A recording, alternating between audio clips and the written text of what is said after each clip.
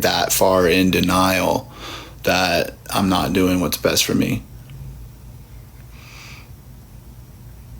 And, you know, maybe I'm like, okay,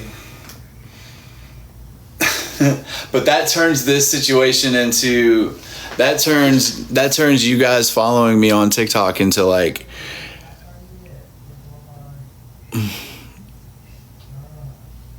I'm like, damn, just pretty much just me making content as a homeless person. That just turns into like me like going to work and like making TikToks as a homeless person. Is that I mean, I'll still make the TikToks, don't get me wrong. I mean, is that what I mean, like, your current situation isn't your final destination. And it's like, if I really do want to help people with my story, right? Like with my recovery journey,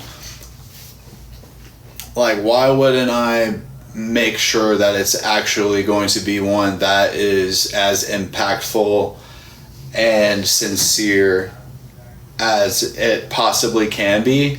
And maybe I do need to step a little bit further outside of my comfort zone in order to be able to achieve that. You know what I mean? Because right now I'm clinging on to things that are familiar simply because they're familiar, and the unknown is a big scary place, and I don't do very well when I don't know what's going to happen next, right? I don't like being alone because I don't want to be alone with my feelings, you know, but maybe that's where growth happens, you know? Maybe that's where growth happens, is when we step outside of the comfort zone, you know? I can only hope, you know what I mean? Somebody said I paused my show for this. I did have my own apartment last year. I had 110,000 followers on my other TikTok page last year. And trolls in the comment section, trolls in the chat got me doxxed and got me kicked out of my apartment complex. So I didn't take that very well. And I ended up relapsing over it, and because I had been clean for a long time. So we actually ended up relapsing, and it turned into just a big old shit show. And I had to go to the hospital. I had to go to jail.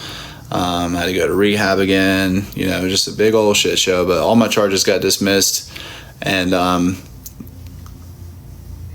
now I'm back in here. I don't know who this person is. But yeah, I got some ridiculous trolls in here. Hold on, sorry. So it's like, I know there's a lot of people wanting to make fun of me and everything, but it's just, I don't know, man. I'm not going to be in this situation forever. So, I mean, I better go ahead and figure out if I really want a fresh start. Maybe I actually get a completely fresh start, you know? And like we've been discussing it, and we've been talking about it, and you know, like, it might just be the best for both of us, you know. I haven't had any time I had a little bit of time to figure out myself a little bit outside of this relationship, you know, when I was in that program and stuff, but I was still like, I went a couple of weeks, and then I was just started off texting and like phone calls, then like meetups, and then the next thing you know, I was full blown.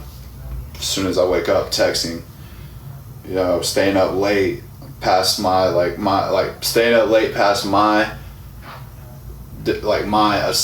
assign myself, I need to be in bed by like 11:15 every night, no matter what. Like, I need to be in bed, no phone, and I'm not even supposed to be talking to this person, and I'm staying up late, and you know, I get up and go to work, and then, you know, like, you don't get enough rest, you know, your performance at work might suffer, and it's just, you know, one thing leads to another, you know what I mean?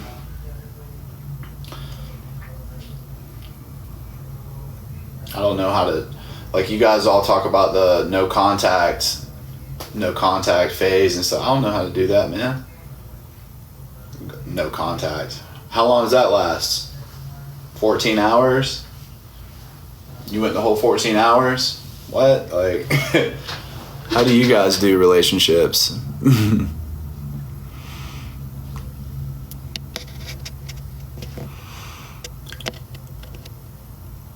But anyways, so we're just gonna be respectful towards each other, and we're just gonna be friends. And I don't know. I'm gonna figure out what I'm doing next, and she's gonna figure out what she's doing next. But for the time being, we're still in here. So while we're in here together, we're gonna treat each other with respect, and we're gonna be sweet to each other. And that's just how it has to be. Because yeah, that's how it has to be, man. Like, if you go through a breakup in your own personal life, it doesn't have to be a mess. It doesn't have to be crazy. All it has to be is, hey, I think we should go do other things. Okay, I respect that decision. I respect your decision. All right, but I still care for you. Still want the best for you. Yeah, me too. Okay, well, I don't hate you. Yeah, I don't hate you either. Okay, well, I'll see you around, I guess. Like, you know what I'm saying? Like, you don't have to be, oh, well, he's a narcissist, and well, you don't have to be that, guys. Hey, my needs aren't being met. Your needs probably aren't being met either. I'm not perfect. Hey, maybe it's just not meant to be. Hit her, if you're a male in a chat, hit her with the old, hey, honestly, I feel bad. I feel bad for holding you back. You could find so much better than me. Like, you're so beautiful. Honestly, like, I just appreciate that I had my time with you. For real, because, like, you bad for real, shawty. Like, no, I'm just kidding.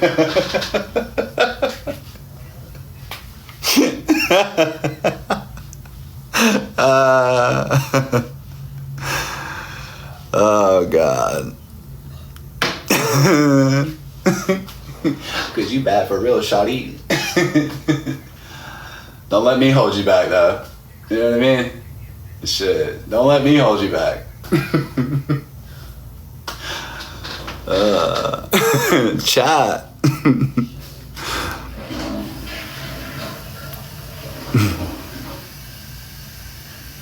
Nah, I'm cool, guys. Life's good. I'm gonna keep my job because I like my job, and I'm just gonna find a new place to live. It's not gonna be crazy.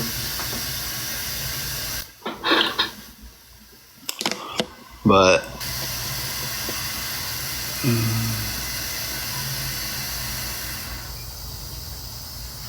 what are you guys talking about?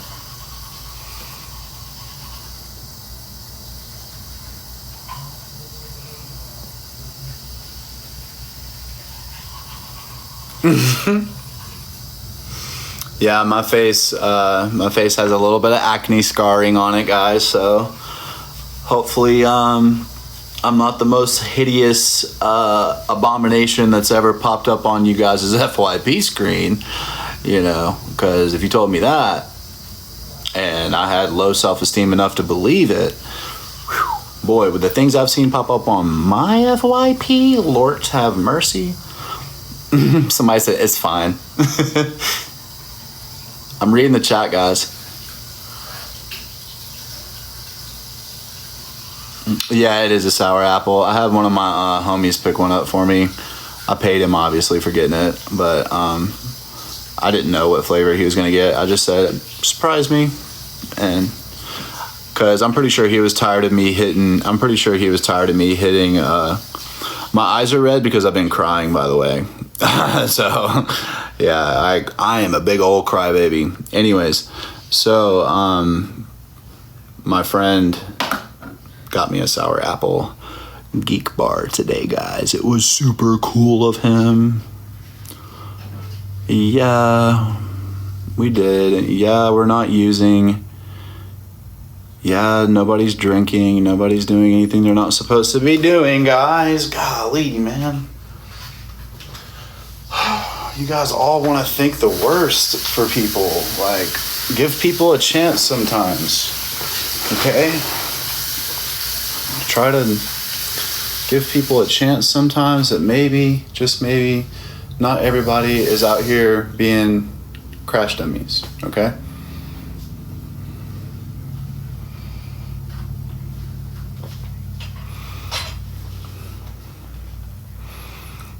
I got kicked out of rehab, all right, because it's super easy to get kicked out of a treatment center. We actually got kicked out of rehab because we were texting each other, and we signed paperwork saying that we would not communicate with each other while being in the program, and they knew who we were. They knew who we were, and they knew who we were to each other, and they said, hey guys, just letting you know, the very first time that you guys are fraternizing, you will be invited to leave. You will be terminated as a client. So we knew that, and we kind of messed up a little bit, and she came and visited me at my job, and all she did was help me, like, literally just watch a car. Like, I'm like washing, and she's watching me wash a car for like 30 or 45 minutes because I'm in the program and I got to go back and do meetings and stuff. So, like, all she did was come and hang out, and of course they found out about it. So they let us slide. They actually let us stay. And then later on, actually, I've got a lot of really funny stories about that later if you guys want to hear that. But later on, they kicked us out for texting each other. And I was just, I mean, in my mind, I was like, listen, I'm going through a rehab because of this whole situation. And I feel like it would make sense if you also did. You know what I mean? If we're going to salvage our relationship, why not we both go do the rehab and we both go through the same thing? So that way we are matching each other's energy. We are putting forth the same amount of effort into becoming better people, becoming better individuals and partners and etc. Right? So, you know, I mean, we did our best. We honestly did our best. I was in there for like close to 90 days and she was in there for like 21 days, which for a person that's never been in an environment like that, they actually like her, like she did well. I mean, according to what I heard, according to what all the other staff members were saying and stuff about her performance as a client, like she did really well. You know, she was the only person that had a job. You know, she was doing what she needed to do.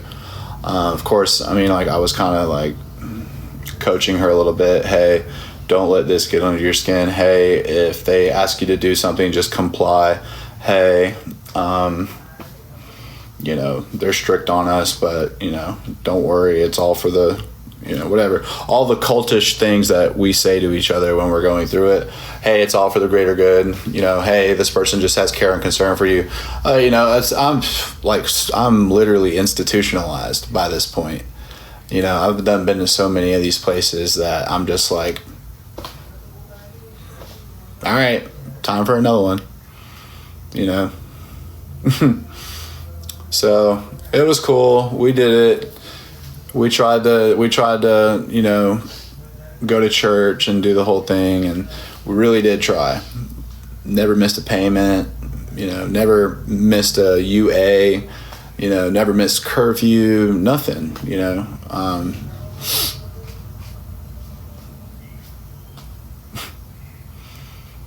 Would still be in there right now. I'd still be in there right now.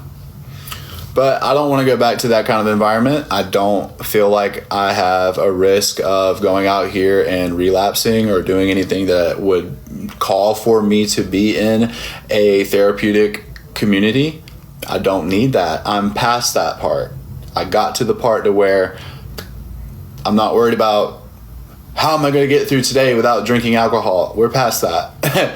Like, we're past that part. We're at the part where how am I going to live in America and not starve to death. Like, does that make sense? Like, we're past the rehab part and we are like just getting out of the rehab, but we're still not relapsing, right? So now we're just trying to figure out how to survive as Americans. You know?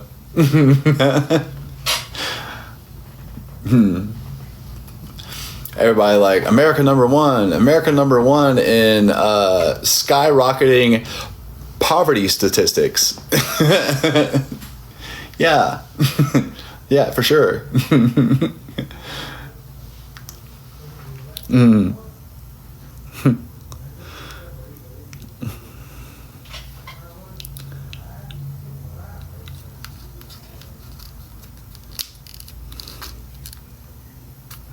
What's up, guys?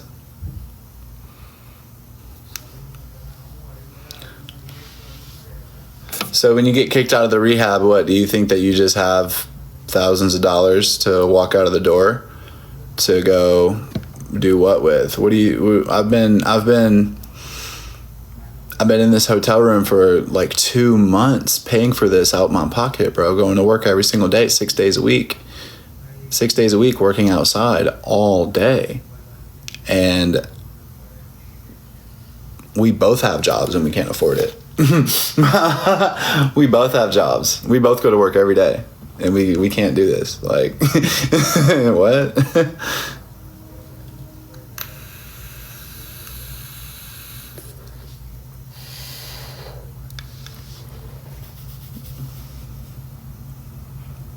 Hey, how are you doing?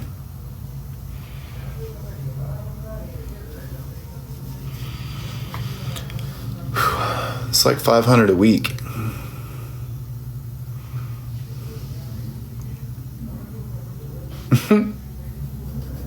I'm too old to go do that again. I'm in my 30s. Nobody would. I would get laughed at. The same way you guys laugh at me when I show up on you guys' phone. That's exactly what would happen to me if I go try to work in that kind of environment again. They'd be like, yo, who's this ancient person? What are you doing in here? You okay? Put your contacts up. You ready for bed? I'm ready for bed too. One more day of work. Got one more day of work. Well, me and her are just gonna like hang out with each other and keep each other safe, basically.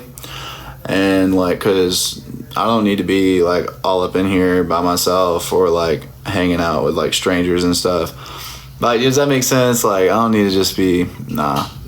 So I'm gonna hang out with her until we figure out the smartest, safest thing to do for both people moving forward. And while we are in each other's presence, we are going to maintain a consistent level of decency, kindness, and respect for each other, okay? Because we learn from our mistakes, okay? We don't repeat them, you know? Staying civil, okay? Well, it's bedtime, guys, all right? And we will definitely see you tomorrow. All right, guys. Sweet dreams. Thanks for following the page.